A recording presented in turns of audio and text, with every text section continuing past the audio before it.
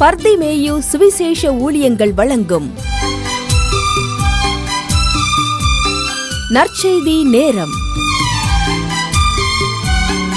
தேவ செய்தி pastor R. Augustine. இந்த நாளில் உங்களோடு பல பேருடைய தூக்கத்தை குறித்து சொல்லி வருகிறேன். ஒரு பிள்ளையே செத்து போகிற அளவுக்கு புத்திகெட்ட ஒரு பெண் தூக்கத்தை இந்த வேதம் சொல்லுது பாருங்க. ஏன்னா படுத்திருக்கிற பிள்ளை தெரியாமல் புரண்டு படுத்து பிள்ளைய கொண்டு விட்டான். தூக்கத்தினால தனக்கு இருந்த ஜெய ஜீவியமாக ஆண் பிள்ளைய என்னஞ்சிட்டா அழைச்சி விட்டா.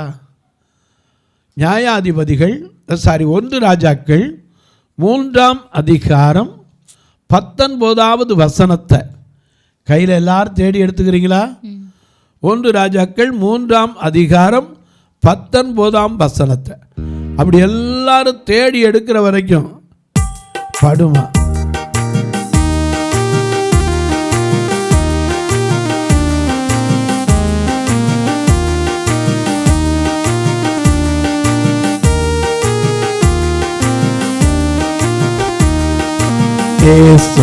ராஜா வந்திருக்கிறார், எல்லோரும் கொண்டாடுவோம், கைதட்டி நாம் பாடுவோம்.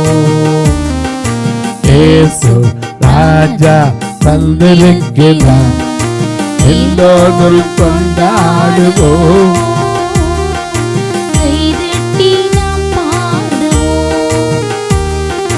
கொண்டாடுவோம், கொண்டாடுவோம், கொண்டாடுவோம்.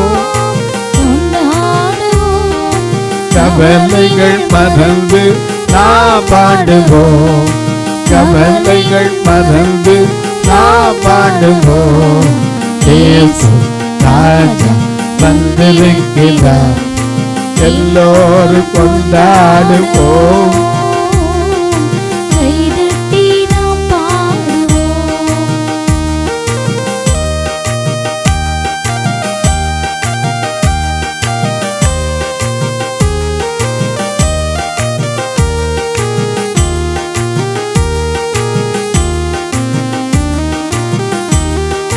கண்ணீரெல்லாம் துடைத்திடுவார், கண்ணீரெல்லாம் துடைத்திடுவார், கரம் பிடித்தே நடத்திடுவார்.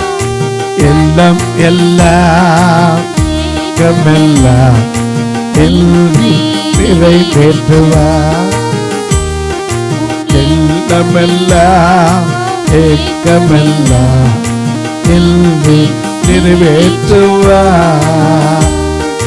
கொண்டாடுவோம், கொண்டாடுவோம், கொண்டாடுவோம், கொண்டாடுவோம். கவலைகள் மறந்து நாம் பாடுவோம், கவலைகள் மறந்து நாம் பாடுவோம். இயேசு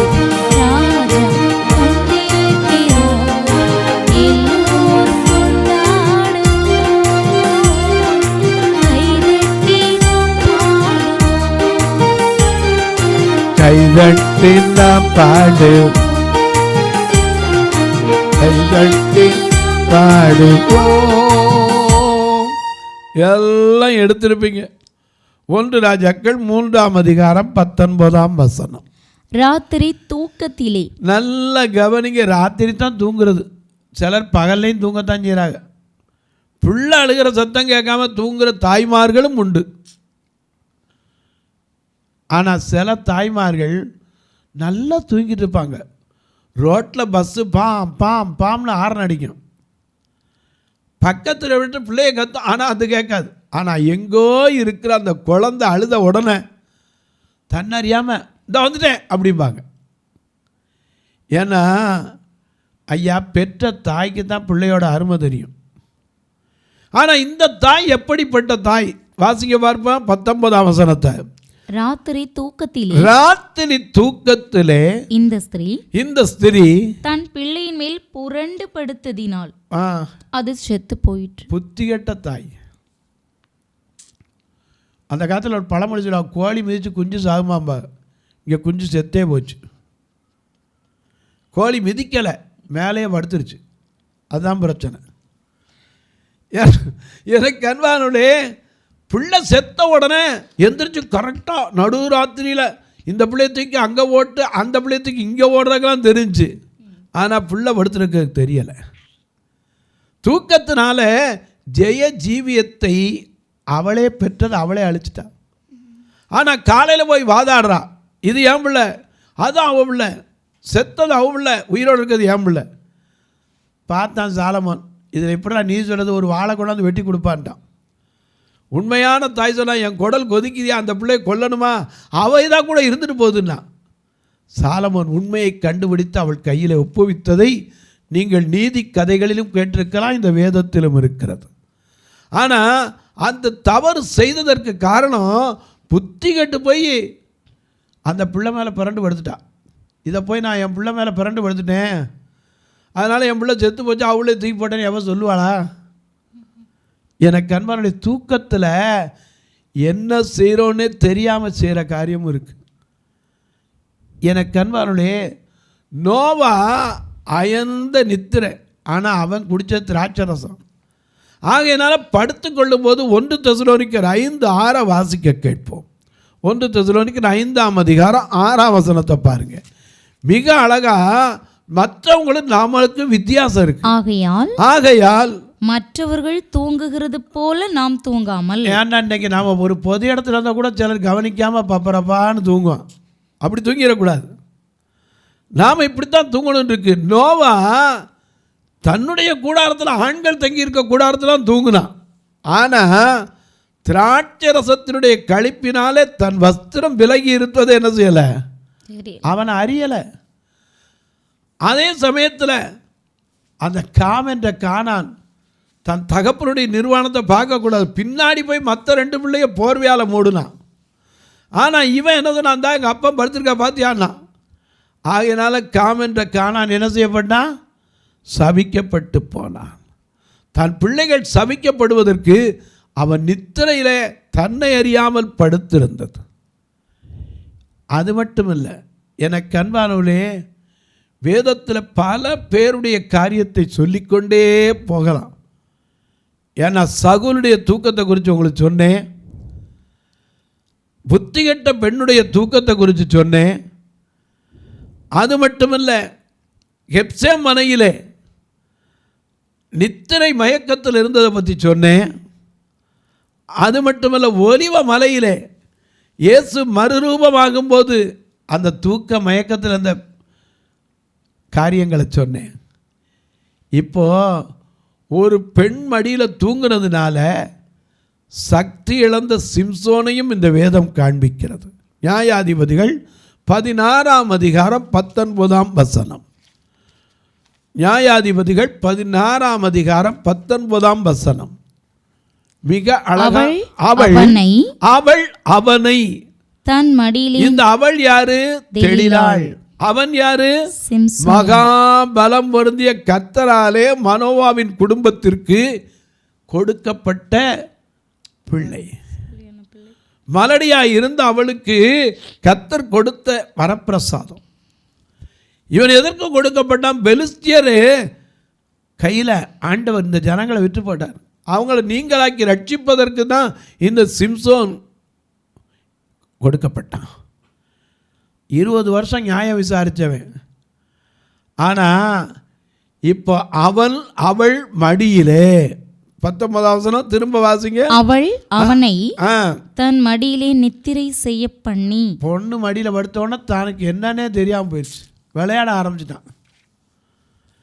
ஏன்னா அவன் என்ன செய்கிறான்னு கூட தெரியாமல் போயிடுச்சு. இன்றைக்கி முடிவெட்ட போனால் நிறைய பேர் தூங்குவான் தெரியுமா? நானும் ஒரு ட்ரிப் இப்படி தான் முடிவெட்ட போயிட்டு இப்போ அப்படி தான் இருக்குது. போன மாதத்தில் முடிவெட்ட போனேன். நம்ம கண்ணாடியில் பார்க்க முடியாது. அவர்கிட்ட சொன்னேன், என்னையா அவர்கிட்ட கொஞ்சம் குறைச்சி விட்ருக்கியா? ஒன்றும் இல்லை, ஏன்னா எனக்கு இந்த கேர் ஸ்டைல் இதெல்லாம் வைக்கிறது ஆண்டவர் எதுலேயுமே எனக்கு கற்றுக் கொடுக்கலை. ஏன்னா நான் படித்தது பெண்டிகாஸ்ட் காலேஜில் படித்ததுனால அந்த அழகு அதெல்லாம் நான் சொல்லியே கொடுக்கலை. எனக்கு அதை பற்றி நான் தேடுறதும் இல்லை. வெறும் ஒயிட் ஷர்ட் போட்டால் போதும், இதைத்தான் எனக்கு கற்றுக் கொடுத்தாங்க. நான் இன்றைக்கி வரைக்கும் அப்படி தான் நினைக்கிறேன். எந்த கோட்டையும் சூட்டையும் நான் தேடுறதும் இல்லை, தேட போகிறதும் இல்லை. அதுதான் நம்மளை நிலைநிறுத்த போகிறதும் இல்லை. ஏன்னா நாம நிற்க வேண்டியது என்னது? வெள்ளை அங்கிகை தரித்து கொண்டு வெள்ளை குருத்தா ஓலை பிடித்து ஆர்ப்பரிப்போ சிங்காசனத்தை ஆட்டுக்குட்டிக்கே மகிமை உண்டாம் அழகாய் நிற்குயார் இவர்கள், சிறையாய் நிற்குயார் இவர்கள், சேனை தலைவராமே சுவில் போர்க்களத்தில் அழகாய் நிற்குயார் இவர்கள். ஐயா, வெள்ளை அங்கே தரித்து கொண்டு வெள்ளை குருத்தாம் ஓலை பிடித்து அங்கே நின்னா போதும். இங்கே உலகம் பார்க்குறக்காக கோட்டை போட்டு டையை போட்டு ஷூவை போட்டு மிதிக்க தெரியாத இடத்துல மிதிச்சுட்டு வந்து மற்றவங்களையும் சங்கடப்படுத்தக்கூடாது. நான் எப்போ என்ன மறந்ததில்லை, எந்த சூழ்நிலையிலையும் வீணான அலங்காரங்களை விரும்பினதும் இல்லை, விரும்ப போகிறதும் இல்லை. இந்த சிம்சோன் பெண் மடியில் படுத்த உடனே முதல்லலாம் விளையாண்டான் அவட்ட. அப்போவாது சரி விளையாடுறாங்களாம், தன் இருதயத்தை எல்லாம் வெளிப்படுத்திட்டானே, அப்போவாது கொஞ்சம் ஜாக்கிரதையாக இருந்திருக்கணுமா இல்லையா? இருந்தானா?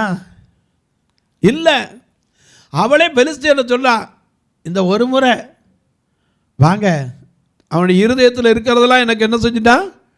வெளிப்படுத்திட்டான். வாங்க, அவனுடைய முடியில் தான் பலம் இருக்குங்கிறத என்கிட்ட சொல்லிட்டான், எல்லாம் வாங்க. ஒருத்தன் மடியில் படுக்க வச்சு அப்படி ஒருத்தனை தடவி தடவி தடவி அப்படியே ஒரு 7 பிரதிஷ்டைகளை உடைத்து விட்டாள். எப்போதும் போல சிம்சோனே உண்மையில் பெலிஸ்தியர் வந்திருக்காங்கன்னு அவன் என்ன செய்தான்? வாசிங்க 19 அவசரம். சிம்சோனே, பெலிஸ்தர் உண்மையில் வந்து விட்டார்கள் என்றாள். சரி. அவன் நித்திரை விட்டு விழித்து கர்த்தர் தன்னை விட்டு விலகினதை அறியாமல். ஹலோ, தூக்கத்தில் ஆண்டவர் தன்னை விட்டு போனது கூட அவனுக்கு அறியலை. அதனால தான் ஓசியா சொல்றாரு, என் ஜனங்கள் அறிவில்லாமையினால் சங்காரமாகிறார்கள், சிறைப்பட்டு போகிறார்கள். ஏன்னா எங்களுக்குள்ளே வாசம் செய்யும் ஆவியானவர் இந்நாளில் உம் சித்தம் போல் நடத்தி செல்லும் ஐயா. எங்களுக்குள்ளே வாசம் செய்யும் ஆவியானவர் இந்நாளில் உம் சித்தம் போல் நடத்தி செல்லும் ஐயா. ஆவியானவரே, ஆவியானவரே, ஆவியானவரே, ஆவியானவரே, பரிசுத்த ஆவியானவரே, ஆவியானவரே, ஆவியானவரே, பரிசுத்த ஆவியானவரே, எங்களுக்குள்ளே எங்களுக்குள்ளே எங்களுக்குள்ளே வாசம் செய்யும் ஆவியானவரே இந்நாளில் உம் சித்தம் போல் நடத்தி செல்லும் ஐயா.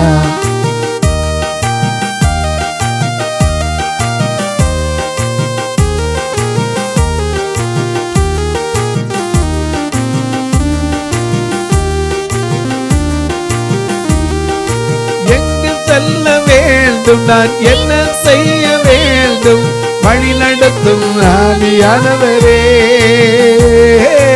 எங்கு செல்ல, நான் என்ன செய்ய வேண்டும், வழி நடத்தும் ஆவியானவரே.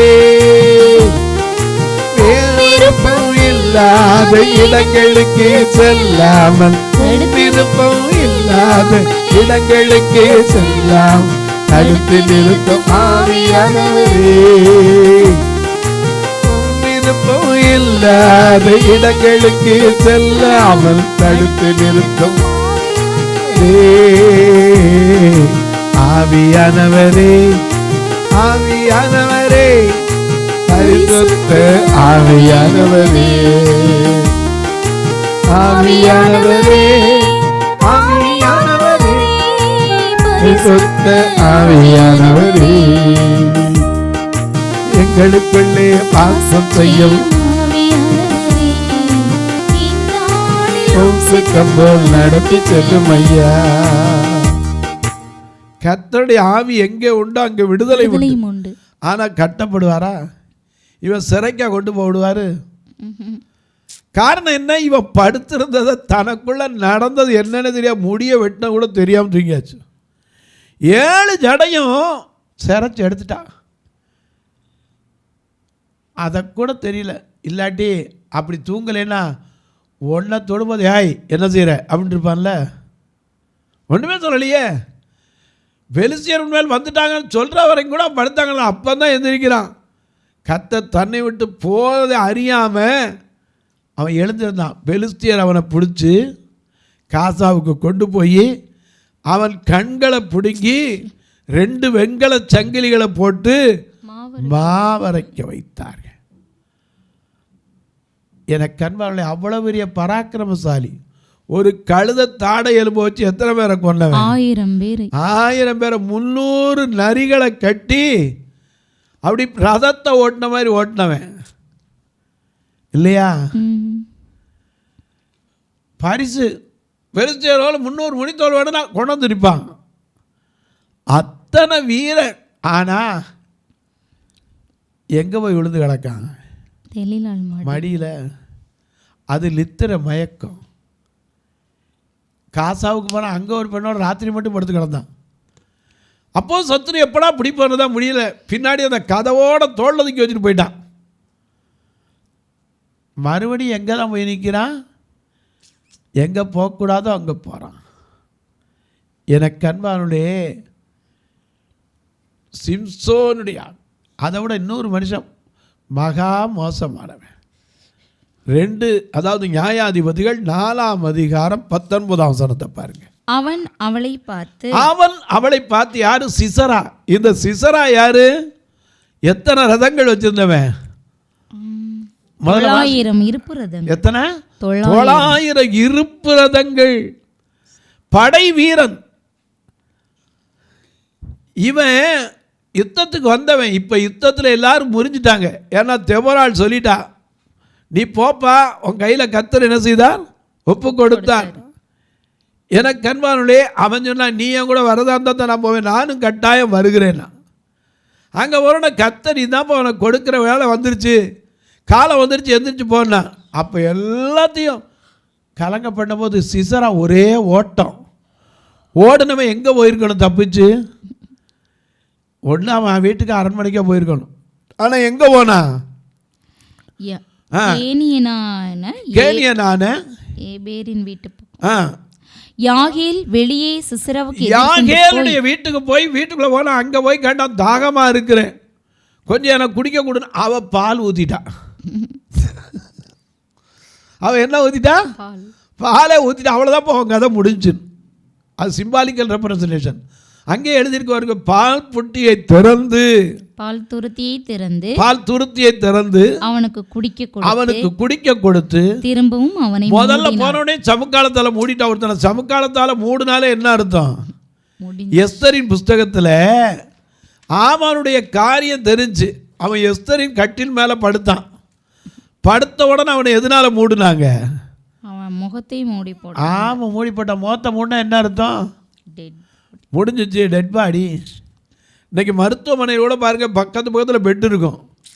ஆனால் ஒரு பிரேதம் இறந்துச்சுன்னா சுற்றி என்னத்தை கட்டிடுவாங்க? தர அந்த பெட்டுக்கு இந்த பெட்டுக்கு இடவில்லை.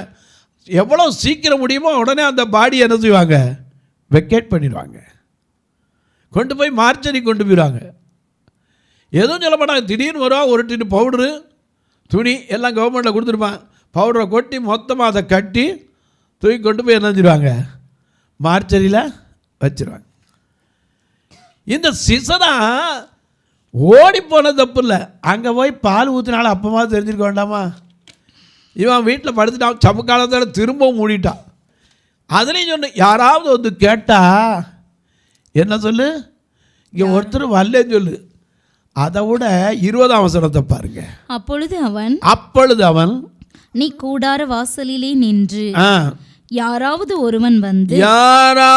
ஒருவன் வந்து இங்கே யாராயிலும் இருக்கிறார்களா என்று உன்னிடத்தில் கேட்டால் இல்லை என்று சொல் என்றான். பின்பு ஏபேரின் மனைவியாகிய யாகேல் ஒரு கூடார ஆணியை எடுத்து, நல்ல கவனிங்க, சாதாரண ஆணி இல்லை, கூடார ஆணினா தரையில் அப்படி அடித்து நிற்கணும். ஏன்னா அது ஒவ்வொன்றுக்கும் ஒரு ஆணி இருக்குது. இன்றைக்கி எத்தனை இன்ச்சு கணக்கில் வாங்குகிறோம். 1/4 இன்ச்சு ஆணி, 1/2 இன்ச்சு ஆணி, 3/4 இன்ச்சு ஆணி, 1 இன்ச்சு ஆணி, 2 இன்ச்சு ஆணி, இப்படிலாம் இருக்குது. ஏன்னா இடத்துக்கு தக்க நிற்கிறதுக்கு தக்க அந்த ஆணிகளை வாங்குவோம். இவ கூடார ஆணி. ஏன்னா அந்த கூடாரம் நிற்கணும்னா பூமியில் ஆழமாக என்ன செய்யணும், அந்த ஆணி பதியணும். அந்த கூடார ஆணியை கையில் எடுத்து சுத்தியை கையில பிடித்து கொண்டு மெல்ல அவனிடத்துல வந்து அவன் நெற்றியிலே அந்த ஆணியை நல்லா கவனிங்க. அடிக்க அவன் என்ன தெரியுமா, அலறி இருக்கணுமா இல்லையா? ஆணியை வச்சு சுத்தியில வச்சு அடிச்சா எப்படி இருக்கும்? எனக்கு கண்பானே, நாம பாடுறோம்ல, கல்வனி மேட்டினில் கண் கொள்ளாத காட்சியை கண்டிடும் சென்றிடும் பாவப்பாத நீக்கிடும் கண்டிடும் சென்றிடும் பாவப்பாத நீக்கிடும் அழைக்கிறார் அழைக்கிறாரிதோ நீயுவா உந்த நேச அவனாய் அழைக்கிறாரிதோ நீயுவா உந்த நேச அவனாய் அழைக்கிறாரிதோ. ஐயா, கைகளில் கான்களில் ஆணிகள் கடாவப்பட்ட போது அவர் தாங்கினார். இவன் கிட்ட போனதும் தெரியாது. நெத்தியில் கரெக்டாக அந்த ஆணியை வைக்கும்போது ஒரு தட்டிலே ரத்தம் பொங்கியிருக்கும். ஏன்னா மரமா மனுஷங்க அது நெத்தியில் உள்ளே உருவும்போது அவனால் எப்படி தூங்க முடிஞ்சு? அவன் கூடார ஆணியை கொண்டு போய் கையில் சுத்தியை பிடிச்சு அவன் கிட்ட மெல்ல கிட்ட வந்து அவன் நெத்தியில் அரைஞ்சா அந்த ஆணி எங்க போச்சான்? அது உருவி போய் தரையிலே புதைந்தது. அப்பொழுது ஆயாசமாய் தூங்கின அவன் செத்து போனான். தான் மேல ஆணி அடிக்கிற கூட தெரியாம தூங்குறவனு உண்டு. தூக்கம் கந்தையை உடுத்துவிக்கும், மறந்துடாதீங்க. இந்த தூக்கத்தை குறித்து உங்களுக்கு சொன்னேன். அநேகர் கடைசி காலத்தில் எப்படி மாறுவாங்களாம்? தீமத்தை எழுதுகிறார், கடைசி காலத்தில் தற்பிரியராய், பணப்பிரியராய், சுகபோக பிரியராய், என கண்வானுடைய வீம்புக்காரராய், தாய் தகப்பன்மாரை அடிக்கிறவர்களாய், நன்றி அறியாதவர்கள், பரிசுத்தம் இல்லாதவங்க, சுபாவ அன்பு இல்லாதவங்க, இணங்காதவர்கள், இச்சை அடக்கம் இல்லாதவர்கள், கொடுமை உள்ளவர்கள், நல்லோரை பகைக்கிறவர்கள், இப்படி எல்லாம் மாறுவாங்க. ஆனா தூக்கத்தில் நம்ம இருந்த ஆண்டவருடைய வருகையில் விட்டுறக்கூடாது. தூங்கிட்டு இருந்தா ஒருவன் எடுத்துக்கொள்ளப்படுவான், ஒருவன் கைவிடப்படுவான். அந்த கைவிடப்படுற நிலைக்கு நாம் தூங்கிடக்கூடாது. மணவாளன் வரும்போது உங்களை அறியேன்னு சொல்லிடக்கூடாது. இன்றைக்கு ஆண்டவரிடத்தில் கேட்பீங்களா? கனநித்திரை நாவி வேண்டாம் ஆண்டவரே, சகல போல என்ன நடந்தாலும் பொறுப்பற்ற தன்மையில் தூங்குகிற அந்த அப்படியே நாவி எங்களுக்கு வேண்டாம் சுவாமி. தன் ஆணியை அடித்தாலும் அதை கூட அறியாமல் படுத்திருந்த சிசராமி நாமும் எங்களுக்கு வேண்டாம் சுவாமி. ஆபிரகாமை போல தேவன் பேசிக்கொண்டதால் அந்த தூங்குற ஆவி வேண்டாம் சுவாமி. கெத்சேமனேல அந்த துக்கத்தினாலே இல்லை துக்கத்தினாலே அவர்களுக்கு அப்படியே அந்த தூக்கம் வந்துச்சு. அந்த தூக்கம் எங்களுக்கு வேண்டாம். நாங்கள் எப்போதும் ஐயா எப்போ வருவார் என்று அன்றைக்கு ஒரு தகப்பன் காத்திருந்தானே, தன் மகன் தூரத்தில் வருவதைக் கண்டு ஓடிப்போய் அணைத்து கொண்டான். அதே போல் எங்களுடைய தகப்பனிடத்தில் எழுந்து போக நாங்கள் விழித்திருக்கிறவர்களாய் என்னை எங்களை தகுதிப்படுத்தும் சொல்லுவீங்களா? தொலைக்காட்சியில் பார்க்கிற என் அன்பு மக்களே, இந்த நிகழ்ச்சியை நாள்தோறும் பார்க்குறீங்க, கேட்குறீங்க, பரவசம் அடைகிறீங்க. ரொம்ப நல்லது. கேட்குறதோடு விட்டுறாதீங்க. ஒரு வார்த்தை தயவு செய்து சொல்லுங்க, ஜெபம் பண்ணுங்க. ஏன்னா இந்த ஊழியத்திற்குன்னு எந்த வெளிநாட்டிலேருந்து இல்லை, ஆண்டவர் இம்மட்டு நடத்தி வரார். எதுக்கு தெருவில் பிரசங்கம் பண்ணி, இப்படி தொலைக்காட்சியில் பிரசங்கம் பண்ணி, ஏவப்பட்டவர்களால் 32 வருஷங்களாய் கர்த்தர் நடந்து வர உதவி செய்தார். 2 சபை உண்டு, திருநெல்வேலியிலையும் உண்டு, மதுரையிலையும் உண்டு. நீங்கள் வந்தால் பார்க்கலாம். திருநெல்வேலியில் 25 சென்டில் கட்டியிருக்கோம். அங்கே அநேக ஆண்கள் பார்வையற்றோர் தங்கி இருக்கிறாங்க. அங்கேயும் இன்னொரு அறை கட்டப்படணும், ஏன்னா இடம் பற்றாக்குறை இருக்குது. மதுரையில் பெண்களை தங்க வச்சுருந்தோம், அங்கேயும் மேலே இருந்த ஓடு கூட திருப்பி மாற்ற முடியாத அளவுக்கு தான் இருக்கும். சென்ட்ரிங் போடணும். இப்போ கூட திருநெல்வேலியில் பாருங்க, பஸ் ஸ்டாண்டில் வந்து நிற்பாங்க கடுதிரி, அவங்கள கூட்டு வரைக்கும் ஒரு நாளைக்கு 4000 ரூபா வாடகை கொடுத்தா கூட்டு வரோம், வேன் எடுத்து. ஆண்டவர் யாராவது ஒரு மனசில் நல்ல கனவான்கள் இன்றைக்கி இல்லாமல் இல்லை, எத்தனையோ பேருக்கு ஆண்டவர் ஆசீர்வதித்திருக்கிறார். அப்படி ஒரு மனுஷனுக்கு ஏவுவாரானால் ஒரு வேன் வாங்கினா அத்தனை காரியமும் இல்லாமல் போயிடும், செலவு குறையும். நீங்களும் அதற்காக ஜெபியுங்கள். நான் கடந்து போகலாம், இந்த ஊழியம் இருக்கும். ஏன்னா ஊழியம் அவர் தந்தது, அவரல்லவா ஸ்தாபகர். நீங்களும் ஜெபிங்க. ஜெபிப்பது மட்டுமல்ல, எப்படி உதவ நீங்கள் கேட்கலாம். இங்கே 2 ஃபோன் நம்பர் வந்துக்கிட்டே இருக்கும். அதில் ஜிபே உண்டு, ஃபோன்பே உண்டு. அது மட்டும் இல்லை, என்கிட்ட கேட்டிங்கன்னா உங்கள் ஜெபக்காரியங்களை எழுதி அனுப்பணும்னு விரும்புனீங்கன்னா, அல்லது இந்த ஊழியத்திற்கு காசோலையாக உதவணுன்னாலும் சரி, ஆர். அகஸ்டின், தபால் பெட்டி எண் 7, நாகமலை, புதுக்கோட்டை, மதுரை 625019.